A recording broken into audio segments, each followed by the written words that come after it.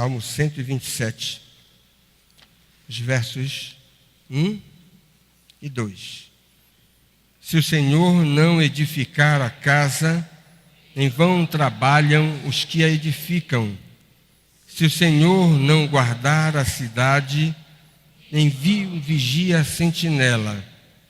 Inútil vos será levantar de madrugada, repousar tarde, comer o pão que penosamente granjeastes. Aos seus amados ele o dá enquanto dormem. Vamos orar. Senhor nosso Deus, mais uma vez queremos te agradecer pela oportunidade de te prestar culto nesta noite, pela oportunidade de ter chegado até aqui à tua casa, para te cantar louvores, para te oferecer aquilo que só o Senhor é digno de receber.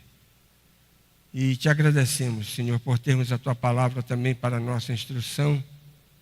Ajuda-nos a considerá-la, que teu Espírito ilumine nosso entendimento, nos esclareça acerca daquilo que iremos compartilhar nesta noite, que não apenas tenhamos o nosso entendimento iluminado, mas que o Senhor nos permita reter as lições que iremos ouvir nesta noite e aplicar a verdade da tua palavra quando as circunstâncias assim nos exigirem, para que o teu nome seja glorificado.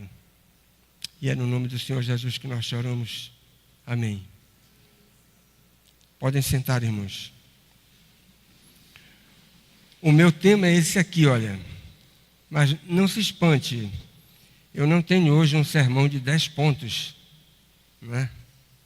As 10 causas mais frequentes dos desajustes conjugais. Eu vou logo de adiantar que eu não vou falar de nenhuma delas hoje à noite. Tá bom? Eu vou só apenas pavimentar a estrada para que a gente possa caminhar de forma correta nessa direção, para que a gente medite um pouco sobre as causas mais frequentes que têm feito com que casais crentes, não estou falando aqui de casais que não são crentes, casais crentes, sejam envolvidos em verdadeiros embaraços, em tempestades, em areias movediças. E nós precisamos colocar alguns pilares na nossa consideração desse assunto. É isso que eu quero fazer hoje à noite, com a graça de Deus. O primeiro pilar é esse aqui. Se nós estamos interessados em tratar de problemas conjugais, nós precisamos, em primeiro lugar, reconhecer que a principal relação dentro de um casamento é a relação de marido e mulher. E talvez você já deve ter ouvido muitas vezes mães dizerem: os meus filhos são tudo para mim. Né? Hoje, no Dia das Mães, você deve ter visto muitas postagens. O amor de mãe é o maior amor do mundo. Né? Se não fossem meus filhos, o que seria da minha vida? Os meus filhos são a razão do meu viver. Talvez você já deve ter ouvido isso assim. Eu tenho vontade de perguntar para cada uma dessas mulheres que verbalizam essas frases, fazer a seguinte pergunta: onde está teu marido? E o teu esposo, onde é que entra nessa história? Não é? Porque os filhos são uma bênção de Deus, herança do Senhor são os filhos, diz o Salmo. Mas nós não podemos desenvolver uma preocupação excessiva para com o bem-estar dos nossos filhos e negligenciar o nosso cônjuge. Esse não é o padrão das Escrituras. A relação conjugal é a principal relação dentro do casamento. Talvez você pergunte: mas quais são as razões para a gente fundamentar essa afirmativa? Nós podemos dizer que, a primeira razão, quando o Criador formou a primeira família no Éden, Ele ajuntou o homem e a sua mulher. Apenas os dois como o embrião da nova sociedade estabelecida. Diz o versículo mais importante sobre família na Bíblia, Gênesis 2, 24. Por isso deixa o homem pai e mãe, se une à sua mulher, e os dois se tornam uma só carne. Esse versículo é tão fundamental para a nossa compreensão do que é o casamento, que ele é repetido mais 3 vezes na Bíblia e em passagens extremamente importantes. Quando Jesus tratou da questão do divórcio ao ser provocado, em Mateus 19, 5.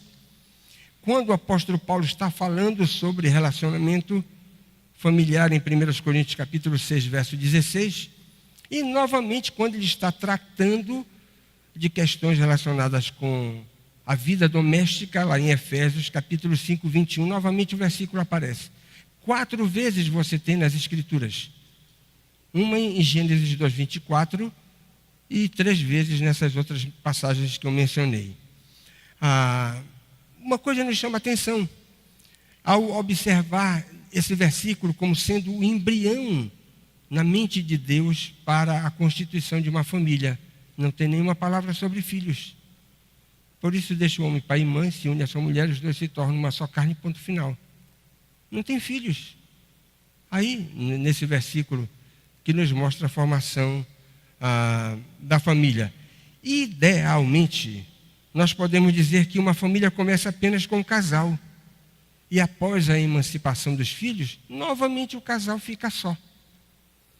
Claro, a relação conjugal precisa ser a relação mais importante dessa instituição, porque o casal começa sozinho, no sentido ideal, e termina sozinho, depois de despachar os filhos com culto de ações de graças. Não é? Segunda razão, se a família é governada pela liderança compartilhada entre os cônjuges, preste atenção, família é governada pela liderança compartilhada entre os cônjuges, sendo o marido cabeça do lar. É o que a Bíblia nos diz em 1 Coríntios capítulo 11, verso 3. Se isso é verdade, nós acreditamos nisso, a relação conjugal precisa estar ajustada, porque senão a casa não vai funcionar bem. Como é que a sala da diretoria está completamente desorganizada de cabeça para baixo?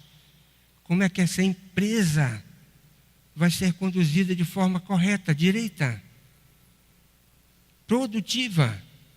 O casal precisa estar afinado.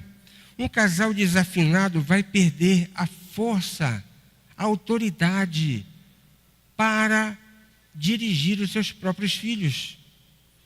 Eles facilmente perceberão, e preste atenção, os filhos são mais sagazes do que geralmente nós admitimos. Eles sentem cheiro de fumaça de longe. E nós não podemos comprometer a nossa autoridade querendo agir de forma ditatorial com os nossos filhos, quando na verdade o marido e a esposa estão brigados. Ora, se eles não se entendem, como é que eles vão exercer autoridade sobre as crianças? É uma contradição. A casa precisa, portanto, desse referencial de ajuste. Os filhos percebem quando o casal está desafinado. E ainda que não percebam, haverá uma atmosfera pesada no lar, prejudicando o bom andamento da família. Não é? A gente sente cheiro de enxofre quando temos desavença conjugal dentro de casa. Se já é difícil criar filhos, quando nós estamos bem ajustados, em paz, vivendo em harmonia conjugal, torna-se praticamente impossível dirigir uma família com a liderança sem encontrar a sintonia da vontade de Deus. E eu escrevi aqui, a palavra de Deus, Mateus capítulo 12, verso 25. O que é que Jesus Cristo diz sobre uma casa dividida? ela não subsiste. Uma casa dividida não subsiste. É a linguagem que Jesus usa nos evangelhos. Terceira razão. Nós não podemos perder de vista que o ajuste da esfera conjugal, da comunhão entre marido e mulher, deve estar bem feita, porque há um fundamento espiritual por trás do exercício da autoridade dos pais. Para que haja um governo doméstico abençoado por Deus, faz-se necessário que a relação vertical dos cônjuges com o próprio Senhor, essa relação esteja bem estabelecida. A conexão deve ser de 70G com Deus. Agora preste atenção, como é que você quer a bênção de Deus sobre a sua família se você está com a conexão quebrada, partida? Mas não, eu estou bem com Deus. Mas como é que você está bem com Deus se você está brigado com o seu cônjuge? Você quer ver o que é que a Bíblia diz? Quando o marido crente, trata de forma ímpia a sua própria esposa, age na carne, a Bíblia diz, os céus se fecham. Você perdeu a bênção de Deus. Está lá em 1 de Pedro, capítulo 3, verso 7. Nesse único versículo que você tem do apóstolo tratando sobre a relação conjugal. Ele insta com os maridos para que tratem bem suas esposas, para que as suas orações não sejam interrompidas. Irmãos, há uma relação espiritual entre a nossa comunhão conjugal com a bênção de Deus. Se nós desejamos a bênção de Deus sobre a nossa família, nós precisamos nos afinar. Porque a relação conjugal não apenas é o embrião da família, não apenas a sala da diretoria da casa, do lar, mas é a relação que vai governar o próprio ambiente doméstico, necessitando da bênção de Deus sobre a vida do próprio casal. Isso é fundamental nós compreendermos se nós desejamos tratar de conflitos conjugais segundo aquilo que as Escrituras nos ensinam. Você não pode colocar a carroça na frente dos bois. Tem que colocar os bois na frente da carroça. Senão não dá certo. Segundo princípio,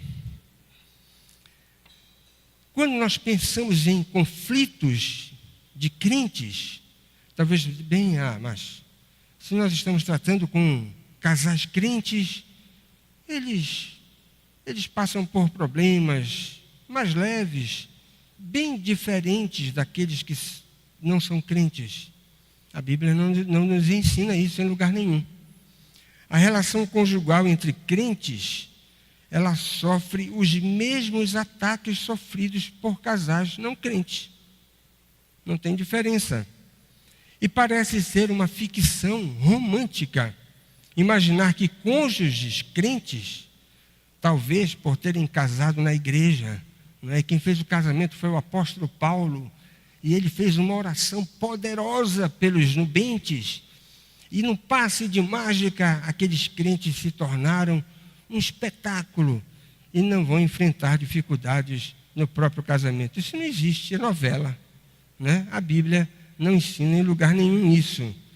Casais blindados, só para quem quer vender livro enganando os outros. Não existe isso. Casais crentes agora são casais blindados. Não existe isso. Sabe por quê?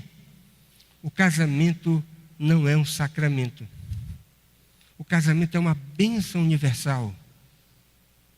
E uma bênção universal que Deus destinou para todos os habitantes da terra, da face da terra.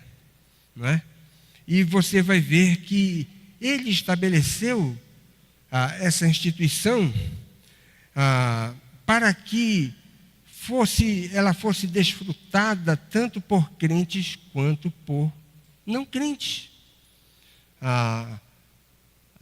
Se você imaginar o casamento como sacramento, você vai imaginar o casamento sendo apenas para aqueles que professam a fé cristã. Isso não é verdade, a Bíblia não nos ensina isso em lugar nenhum. Casais crentes passam pelas mesmas dificuldades porque passam os casais não crentes. Essa é uma observação que nós precisamos fazer. Os casais crentes estão passíveis de se desajustarem tão terrivelmente quanto qualquer casal incrédulo. Se nós tivermos isso em mente, nós vamos ter mais condições para ajudar casais dentro da igreja. E casais crentes podem acabar até com o próprio casamento, se teimarem na insensatez de contrariar a vontade de Deus. E preste atenção, uma família pode se acabar de crente. Não é necessário que os dois sejam cabeça dura e agora teimosamente pequem. Basta apenas um para que o casamento desande. A teimosia carnal, pecaminosa, pode levar uma família à falência. Mas talvez você pergunte, bem, se casais crentes, essa é uma pergunta importantíssima. Se casais crentes passam pelos mesmos problemas que casais não crentes, qual é a vantagem de ser crente? Não passou essa pergunta pela sua cabeça? Se crentes e não crentes passam pelas mesmas dificuldades, lembra que essa foi a perplexidade que é a perplexidade que aparece lá no livro de Malaquias? Lembra disso? E sabe qual é a resposta? Crentes passam por problemas tanto quanto não crentes, mas tem uma diferença. Aqueles que são crentes possuem recursos para superarem as suas crises, vencerem as suas dificuldades, escaparem da tragédia, do desastre. Aqueles que não são crentes não têm esses recursos. Essa é a diferença fundamental. Essa é a grande diferença. Mas talvez você pergunte, quais são esses recursos?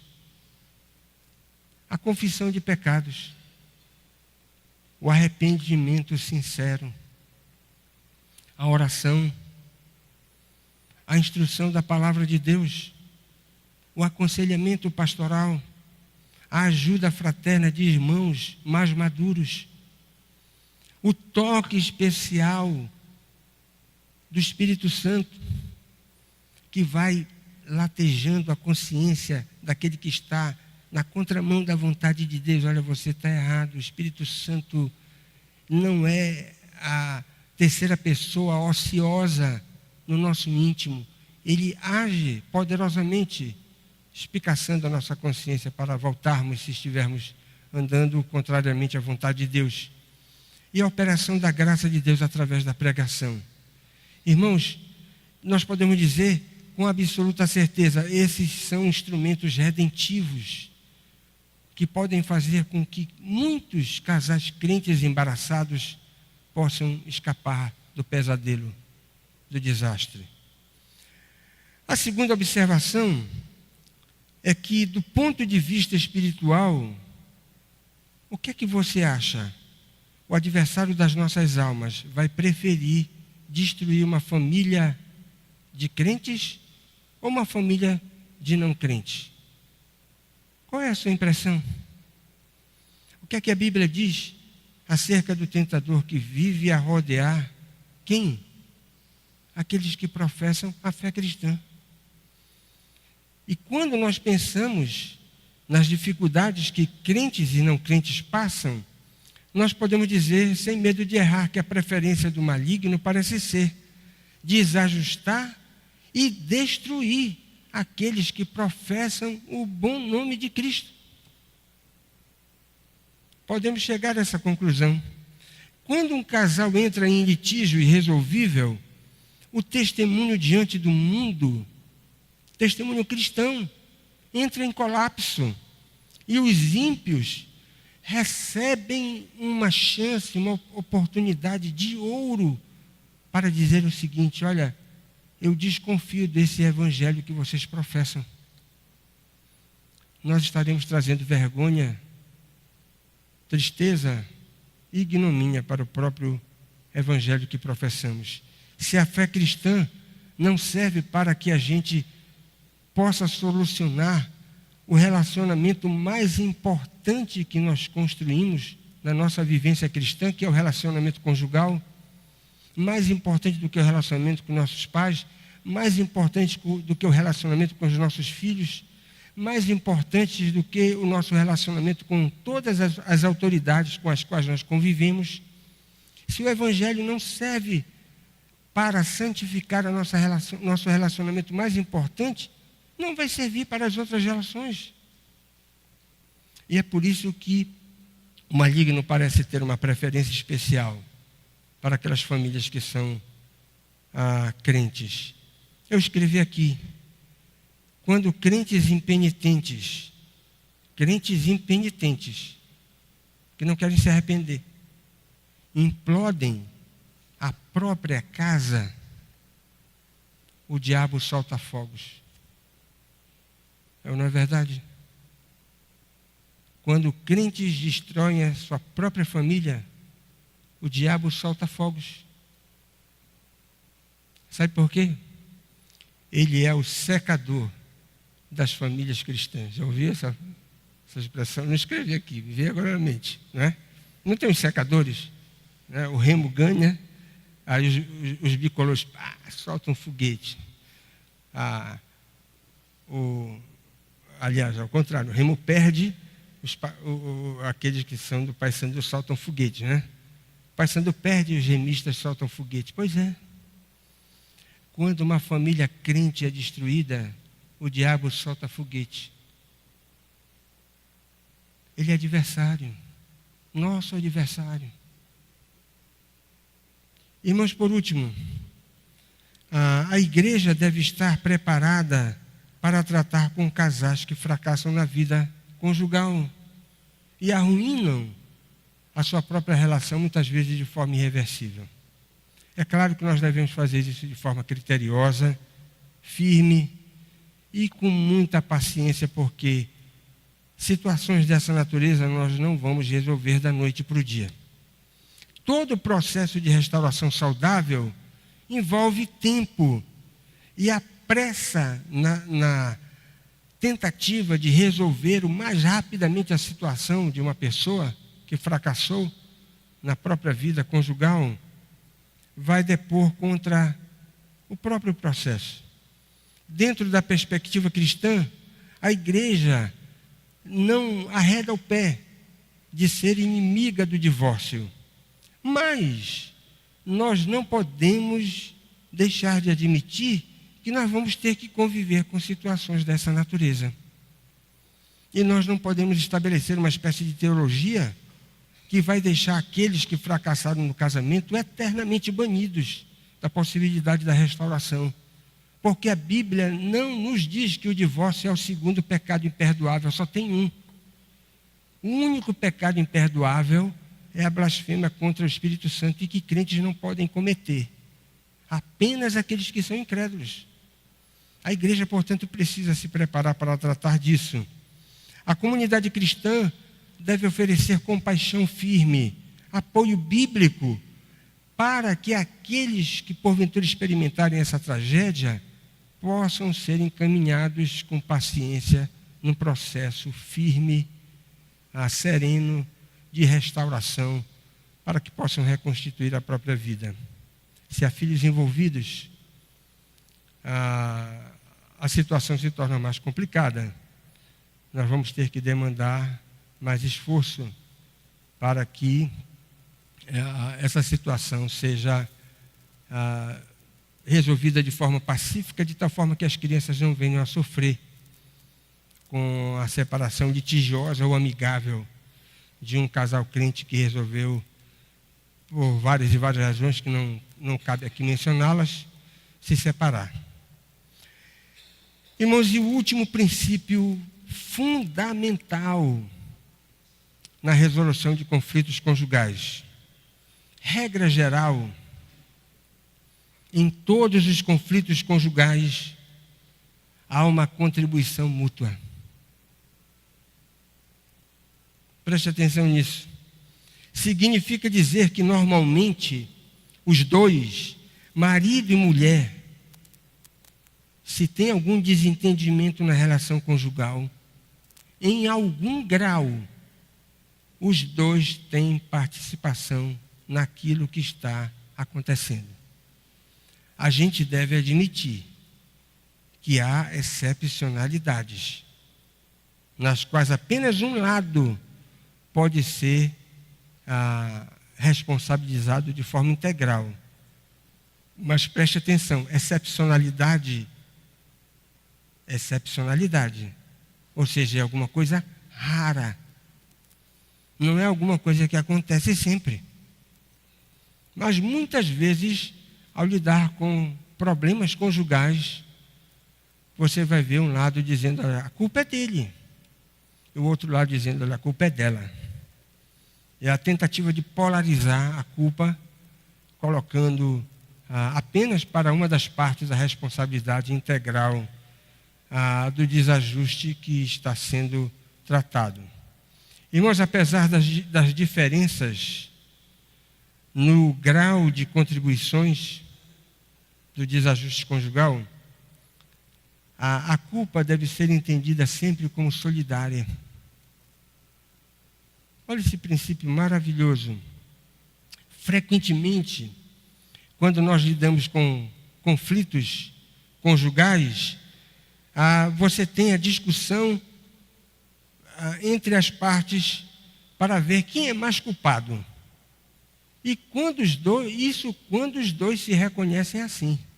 Bem, nós somos culpados. Mas um diz assim, olha, ela é mais culpada do que eu. Aí a mulher diz, oh, não, ele é muito mais culpado do que eu, por isso. É uma realidade que frequentemente aqueles que tratam de conflitos conjugais percebem na hora de resolver esses próprios problemas. Essa é uma abordagem completamente imprópria para aqueles que desejam resolver as suas demandas, os seus conflitos. Preste atenção nisso. Qual é a razão de ser alguma coisa completamente imprópria? Chegar à conclusão, num litígio conjugal, de quem é mais culpado, isso não vai resolver o problema. Olha, não, tudo bem, nós já ouvimos tudo, e vamos dizer para o esposo, olha, você tem 60% de culpa na situação. E vamos dizer para a mulher, olha, você tem 40%. Mesmo que se chegue a uma cifra razoavelmente precisa, isso não resolve o problema. E mais ainda, não é através desse caminho que a gente vai desembaraçar o desajuste conjugal. Porque há um princípio sagrado na espiritualidade saudável que Deus estabeleceu para dentro do casamento. Eu vou repetir aqui. Há um princípio sagrado na esfera da espiritualidade que Deus estabeleceu quando constituiu o casamento. Não dá para mudar, não dá para mudar esse princípio? Não dá. Deixa eu perguntar para os homens aqui, quem aqui é casado? Tenho uma boa notícia para você. Você é uma só carne com a sua esposa. Mas será que isso é bom? É muito bom. Geralmente as esposas são muito mais bonitas, né, do que os esposos. Ser uma só carne, né, com uma pessoa que é muito mais bonita do que você. Tem três camaradas aqui que ficaram devendo nessa questão da beleza, né? Eu vou dizer quais são. É o Sadraque, o Mesaque e o Abednego, não é? Mas depois eles casaram com 3 princesas. Uma só carne. E até melhoraram na sua aparência. Esse é o princípio, uma só carne. O casamento, ele produz uma espécie de fusão das personalidades, uma liga única, quando as duas personalidades se fundem. Aí você diz assim, olha, não dá para casar e escapar desse princípio. E o próprio autor do casamento diz, não dá. Quando 2 pessoas casam, elas se tornam uma só carne. Por que eu estou enfatizando isso? Porque preste atenção, se você, homem, marido, quer vivenciar o verdadeiro amor, uma das características do verdadeiro amor é ser solidário até com os erros da pessoa amada. Esse é o princípio de uma só carne. Ainda que a outra parte envolvida não tenha nenhuma culpa na questão. Uma ilustração maravilhosa que nós temos nas Escrituras sobre esse princípio está naquela história envolvendo Nabal e Abigail. Você conhece essa história lá de 1 Samuel, capítulo 25? Quando Davi mandou pedir para Nabal uma ajuda. Ele tinha todo o direito para fazer isso. Ele servia de muro, ele guardava o rebanho de Nabal. Ele servia de proteção para a propriedade daquele homem carnal. Durante o tempo que Davi passou ali, e Davi apenas mandou um recado para ele, nós estamos necessitados, nós precisamos de alguma ajuda da tua parte, pode ser? Nabal disparatou com ele, mandou um recado extremamente atrevido para Davi. Davi se encolerizou, disse, olha, eu vou acabar com esse homem. E de fato, não ia sobrar ninguém. Ele iria provocar uma chacina violenta na casa daquele homem incrédulo e perverso, mal agradecido, ingrato. Mas a mulher soube, aquela mulher piedosa, Abigail, e ela mandou preparar alguma coisa e saiu para se encontrar com Davi, a fim de que ele não fizesse aquilo de que havia dito. E sabe o que foi que Abigail disse para Davi? Está lá, versículo 24, versículo 28. Ela disse, Senhor meu, cai a culpa sobre mim. Olha lá, uma só carne, e era Nabal. Cai a culpa sobre mim.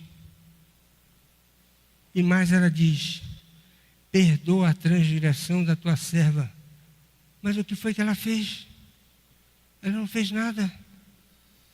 Mas ela era uma só carne com aquele homem perverso, carnal que era seu esposo. Mesmo sem ter qualquer responsabilidade para com aquele disparate insensato proferido por Nabal, um homem perverso, Abigail tomou para si. Está aqui o princípio.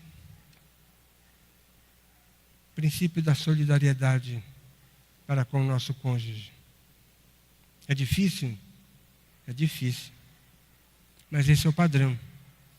Você esperaria que aquele que criou os céus e a terra estabelecesse padrões medíocres para a relação do casamento, que nas Escrituras funciona nada menos do que com uma ilustração? Casamento é a ilustração da nossa comunhão com Deus.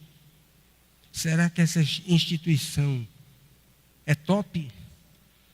Casamento é a ilustração da comunhão que nós vamos ter com o nosso Salvador na eternidade. Será que essa instituição é medíocre? Não pode ser.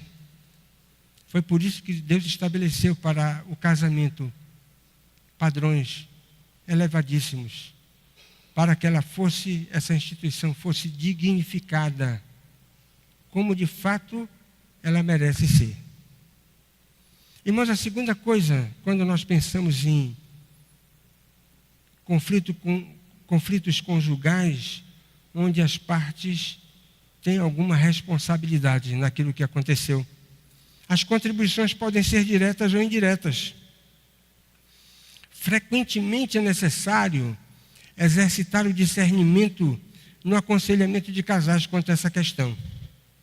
Porque muitas vezes, olha lá isso, o outro cônjuge que está posando de inocente numa determinada questão pode estar contribuindo indiretamente através de uma outra conduta não adequada à relação conjugal.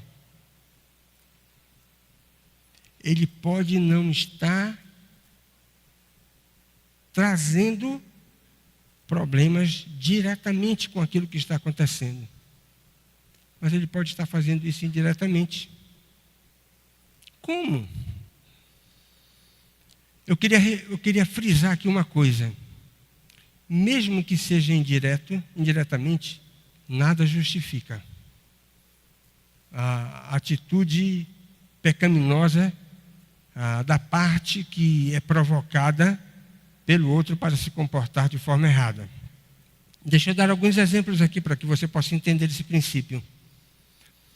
Uma esposa gastadora e dilapidadora do patrimônio familiar pode estar agindo assim como retaliação à desafeição do próprio esposo. Ele não está dando a atenção que ela gostaria de receber. Então ela diz o seguinte: olha, vou gastar o dinheiro dele. E taca-lhe o pau no cartão. Não é? Compra de forma impensada tudo aquilo até que ela não precisa. Vou gastar o dinheiro dele. Ele não está me dando atenção como eu gostaria de receber, pois agora eu vou gastar o dinheiro dele. Diretamente, ele não está contribuindo com isso, mas está fazendo indiretamente, deixando de cumprir a sua responsabilidade como esposo. Um esposo pode estar extrapolando os seus relacionamentos com amigos fora de casa. Pensa aqui em futebol, né? Pensa em futebol. Olha, o camarada agora só quer a companhia dos seus amigos, só quer esse negócio de bola. Você já deve ter visto esse filme, não é? Mas por que esse camarada está agindo assim? Nada justifica. Ele está agindo assim, sabe por quê? A esposa dele também colocou ele de escanteio. Só quer agora visitar a casa da mãe dela, e agora só conversa com a mãe dela, e agora 24 horas com a mãe dela. Então ele vai se envolver com os amigos dele. É claro que nós não temos nenhuma justificativa para uma reação dessa natureza, mas são ilustrações para que você possa entender que um cônjuge indiretamente pode contribuir para que o outro faça tolice, mesmo que diretamente ele não esteja contribuindo para que isso aconteça. A insubmissão feminina pode ser uma agressão ao marido, simplesmente em função da sua falta de afeição. E por último, irmãos, talvez a coisa mais importante, quando a gente precisa perceber que a culpa compartilhada entre as partes não se resolve conflitos sem arrependimento sincero de ambas as partes. Isso implica 3 coisas. Significa, primeiro, que cada cônjuge deve reconhecer humildemente o quanto contribuiu para o desmantelo da relação. Cada uma das partes precisa humildemente dizer: não, olha, eu errei nisso aqui, naquilo ali. Sem esse reconhecimento sincero, nós não teremos como apaziguar a confusão. Ainda que haja a excepcionalidade mencionada, ou seja, toda a culpa esteja só de um lado, a parte inocente não deve lançar no rosto da outra. Está vendo? Isso tudo aconteceu por causa da sua decisão impensada, né? Sem consultar a vontade de Deus. A segunda coisa, após a confissão de pecados, as partes devem exercitar o perdão mútuo. E preste atenção, perdão incondicional. Olha, eu vou te perdoar se amanhã você comprar aquele sapato que eu me apaixonei da última vez que nós passeamos no shopping. Não pode ser assim. Perdão tem que ser generoso e sem o estabelecimento de condições. Incondicional. Ainda que muita dor esteja envolvida na reconciliação. Preste atenção que pode não ser o sapato. Mas a mulher vai dizer o seguinte: olha, eu só vou te perdoar quando eu esquecer. E ela não vai esquecer nunca. Não é? Ela pode dizer: não, só vou te perdoar quando passar a dor. Nós não podemos estabelecer condições para oferecer perdão. Você ainda está lembrando muito, mas perdoe. Ainda está doendo muito, mas perdoe. Não estabeleça um elemento que possa condicionar o seu perdão, senão não é perdão. É negócio. Não é? Transação. Perdão é incondicional. Deus estabeleceu alguma condição para perdoar você? Exigiu alguma coisa de você? Não, o perdão de Deus é incondicional. Assim como o Senhor nos perdoou, assim nós devemos perdoar aqueles que nos ofendem. Esse é o padrão das Escrituras. E por último, os cônjuges crentes devem renovar os laços de fidelidade para com o Senhor e mutuamente confessar os seus pecados, exercitar um perdão mútuo. Agora vamos renovar a nossa aliança com o Senhor e a nossa aliança entre nós. Provérbios 28, o verso 13 diz assim: o que encobre as suas transgressões jamais prosperará, mas o que as confessa e deixa, não basta apenas confessar, tem que deixar, esse alcançará misericórdia. Deixa eu fazer algumas perguntas para você. Como está a sua família? A relação conjugal está no lugar certo? Não pode estar no lugar de Deus, não é? Relação com Deus, primeiro lugar. Mas a relação conjugal não pode estar abaixo da relação com os filhos. A sua relação conjugal deve estar acima da sua relação com seus filhos. Seus filhos são importantes, são maravilhosos. Mas a sua relação com o seu cônjuge é mais importante. Segundo, quem aqui está consciente, levante a mão, de que não existe casamento blindado. Certo? Não existe.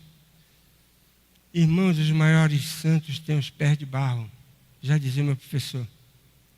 Não é? A nossa segurança está no Senhor. Mas, em segundo lugar, a nossa segurança está em nós admitirmos a nossa própria vulnerabilidade. Nós precisamos estar vigilantes sempre. Porque nós não temos uma couraça